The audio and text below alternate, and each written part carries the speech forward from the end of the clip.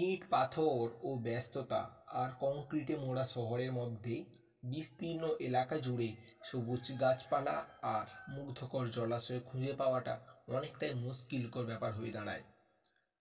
আর আজ আমি আপনাদের এমনই এক লেকের কথা আপনাদের সামনে তুলে ধরব, যেখানে কিন্তু আপনি ব্যস্ততায় ভরা শহরের মধ্যে থেকেও শান্তির খোঁজে আপনি এখানে অনায়াসে আসতেই পারেন এবং কিছুটা সময় কাটাতে পারেন। আশা করি আপনার মন ভালো হয়ে যাবে ও প্রাণটা জুড়িয়ে যাবে। হেই হ্যালো, কেমন আছেন সবাই? আশা করি ভালো আছেন।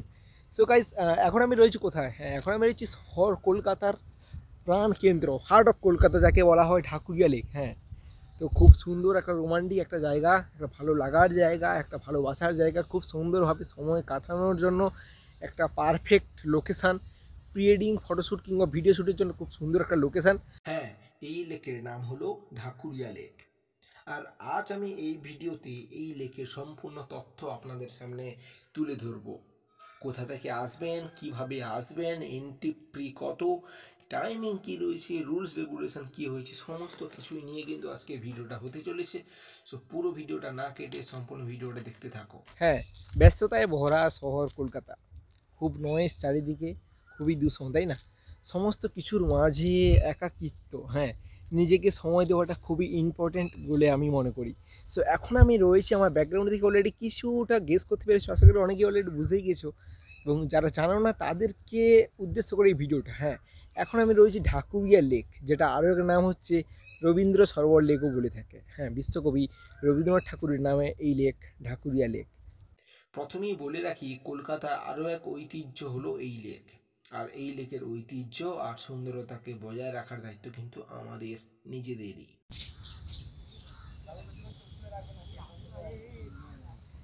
লেকের মাঝখানে আপনি দেখতে পাবেন একটা ছোট্ট দ্বীপ রয়েছে, সেখানে নানা প্রজাতির পাখিদের আনাগোনা। সবুজে ভরা এমন দ্বীপে পাখি সব যেন নিজের আনন্দে উড়ে বেড়াচ্ছে। আচ্ছা, কাপেলদের রোমান্সের জন্য কিন্তু একটা সেরা ঠিকানা হচ্ছে এই ঢাকুরিয়া লেক, ঠিক আছে? তো আমি দূরে কাকাও বসে আছি, ঠিক আছে? আর যারা খেলা করছে দেখতে পাচ্ছি পিছনে, কিন্তু অনেকে খেলাধুলো করছে। যাই হোক, এই পার্কে কিছু বিশেষত্ব আপনাদের একটা বলে নিই। 11,000-এর উপরে কিন্তু গাছ রয়েছে এই লেকে, ঠিক আছে? 11,000-এর বেশি গাছ রয়েছে, এবং তার মধ্যে 50টি কিন্তু ভিন্ন প্রজাতির, এবং তার মধ্যে 7,500 সামথিং কিছু গাছ রয়েছে যেগুলো কিন্তু আপনার 70 থেকে 100-150 বছরের পুরনো। এরকমও কিছু কিন্তু গাছ রয়েছে এখানে, দেখতে পাচ্ছ? এই সমস্ত গাছগুলো দেখেও বোঝা যায় যে অনেক পুরনো কিন্তু গাছগুলো, ঠিক আছে? সো দেখো, আর যারা খেলা করছে তারা কিন্তু খুব সুন্দরভাবে খেলা করছে, ঠিক আছে? হ্যাঁ, উইক অফ যে দিনগুলো থাকে ওই দিনগুলোতে কিন্তু এখানে অনেক মানুষজন আসে, সময় কাটায়, সকালের টাইমটায় কিংবা বিকেলের টাইমটায়, মানে খুব সুন্দরভাবে রমরমিয়ে সেজে উঠে এই জায়গাটা, ঠিক আছে? সো আপনারা যারা এখনও আসেনি কিন্তু অবশ্যই আসবেন, খুব সুন্দর একটা জায়গা। হ্যাঁ, তো সবার আগে বলে রাখি আপনারা এই লেকে আসবেন কিভাবে। ঠিক আছে? আর এখানকার নিয়ারেস্ট আপনার হচ্ছে রবীন্দ্র সরোবর মেট্রো। আপনারা যারা মেট্রোতে আসবেন অবশ্যই কিন্তু রবীন্দ্র সরোবর মেট্রো এখানকার খুব নিয়ারেস্ট, ঠিক আছে? আর আপনারা যারা ট্রেনে আসতে চাইছেন তাদের জন্য আমি বলে নিই, ঢাকুরিয়া লেক, ঢাকুরিয়া যে স্টেশন আছে, যেহেতু লোকেশানটার নাম ঢাকুরিয়া লেক, সো আপনি কিন্তু ঢাকুরিয়া স্টেশন থেকে প্রায় 10 মিনিট হেঁটে আপনি চলে আসতে পারেন। কিংবা লেক গার্ডেন অপোজিট, ধরুন ওটা আপনার শিয়ালদা থেকে বজবজ লোকাল ধরে ওটা কিন্তু আপনি আসতে পারেন। শিয়ালদা থেকে বজবজ লোকাল ধরে আপনি লেক গার্ডেনে নামবেন, একদম পাশে লেক গার্ডেন স্টেশন থেকেই কিন্তু কোনো সামনেই, ঠিক আছে, এই লেকটা। আর আপনি যদি শিয়ালদা থেকে ডায়মন্ড কিংবা লক্ষ্মীকান্তপুর ওই সমস্তগুলো ধরেন, তাহলে কিন্তু আপনাকে ঢাকুরিয়া স্টেশনে নামতে হবে, এবং এন্ট্রি ফি কিন্তু পুরো জিরো, কোনো এন্ট্রি ফি নেই। বর্তমান দিনে দাঁড়িয়ে কিন্তু কোনো এন্ট্রি ফি নেই। হ্যাঁ, তো আমি ব্যাক ক্যামেরা জাস্ট একবার দেখিয়ে নেব কত সুন্দর একটা ভিউ পয়েন্ট। দেখুন, নদীর ধারে একটা ঝিল রয়েছে, ঝিলের পাশে কিন্তু এরকম খুব সুন্দর করে সাজানো রয়েছে একটা ব্যারিকেড মতো দিয়ে, এবং এখানে খুব ছোটো ছোটো কিন্তু বসার সিট রয়েছে। আপনি কিন্তু আপনার পাশের মানুষটার সঙ্গে বসে কিছুটা সময় কাটাতে পারবেন। তো এবার আমরা জেনে নেব যে এই লেকের টাইমিং কি রয়েছে। হ্যাঁ, টাইমিং রয়েছে সকাল 5টা থেকে সন্ধ্যা 7টা পর্যন্ত। হ্যাঁ, সন্ধ্যা 7টা পর্যন্ত কিন্তু ওপেন রয়েছে। সো যারা রোমান্স করতে চায় তাদের জন্য কিন্তু একটা পারফেক্ট লোকেশান, ঠিক আছে? মানে আমি হয়তো ওটাকে ভিডিও ক্যাপচার করছি না, যেহেতু ওটা একটা পার্সোনাল প্রাইভেসি একটা রয়েছে। সো অনেক ইউটিউবারদের আপনি দেখতে পাবেন যারা কিন্তু ওই সমস্ত কিছু ক্যাপচার করে নেয়, but guys this is wrong, ঠিক আছে? সো যে যার পার্সোনাল ব্যাপার। আমি একটা জিনিস দেখে নেবো, এখানে কিন্তু আপনি দেখতে পাচ্ছেন অনেক কিউআর কোড দিয়ে কিন্তু প্রত্যেকটা গাছের, ওই যে 11,000 গাছ বললাম, প্রত্যেকটা গাছের কিন্তু এখানে নাম রয়েছে এবং কিউআর কোড রয়েছে।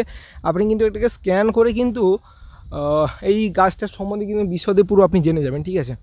সো দেখুন, খুব সুন্দর কিন্তু একটা বাগান মতো করা রয়েছে। দেখুন জাস্ট অসাধারণ অসাধারণ একটা ভিউ পয়েন্ট, ঠিক আছে। কলকাতার মেন রোডগুলোতে যে পরিমাণে নয়েজ, সেই জায়গায় কিন্তু গার্ডেনটার ভিতরে কিন্তু পুরো একদম নিশ্চুপ, কোনো শান্ত শিষ্ট একটা পরিবেশ, ঠিক আছে। চলো আমরা সামনের দিকে এগোই। এন্ট্রি ফ্রি কত রয়েছে? সত্যি কথা বলতে কি, বর্তমানের বাজার মূল্যে দাঁড়িয়ে এই লেকের কিন্তু কোনো এন্ট্রি ফ্রি নেই। হ্যাঁ, সম্পূর্ণ ফ্রি এন্ট্রি। তাই আপনি আপনার কাছের মানুষটাকে নিয়ে কিন্তু দেরি না করে আজই চলে আসুন এই লেকে। হ্যাঁ, ভিজিট করুন, আশা করি আপনার মন প্রাণ জুড়ে যাবে। Thank you. সো গাইস, আমি খুব খুব করে রিকোয়েস্ট করব, যারা এখনও এখানে ভিজিট করেনি অবশ্যই অবশ্যই ভিজিট করুন। হ্যাঁ, তো ফাইনালি কিন্তু আমরা ঘোরাঘুরি করার পর ফাইনালি আমাদের এক্সিট গেট, যেটা 1 নম্বর গেট বলে, এবং এখান থেকে আমার নিয়ারেস্ট ঢাকুরিয়া স্টেশনটা। সো আপনারা চেষ্টা করবেন যেই গেট দিয়ে এন্ট্রান্সে প্রবেশ করার, এবং ওখান দিয়ে কিন্তু এক্সিট হওয়ার চেষ্টা করবেন, নাহলে কিন্তু গেটটা হারিয়ে গেলে অসুবিধা আছে, ঠিক আছে।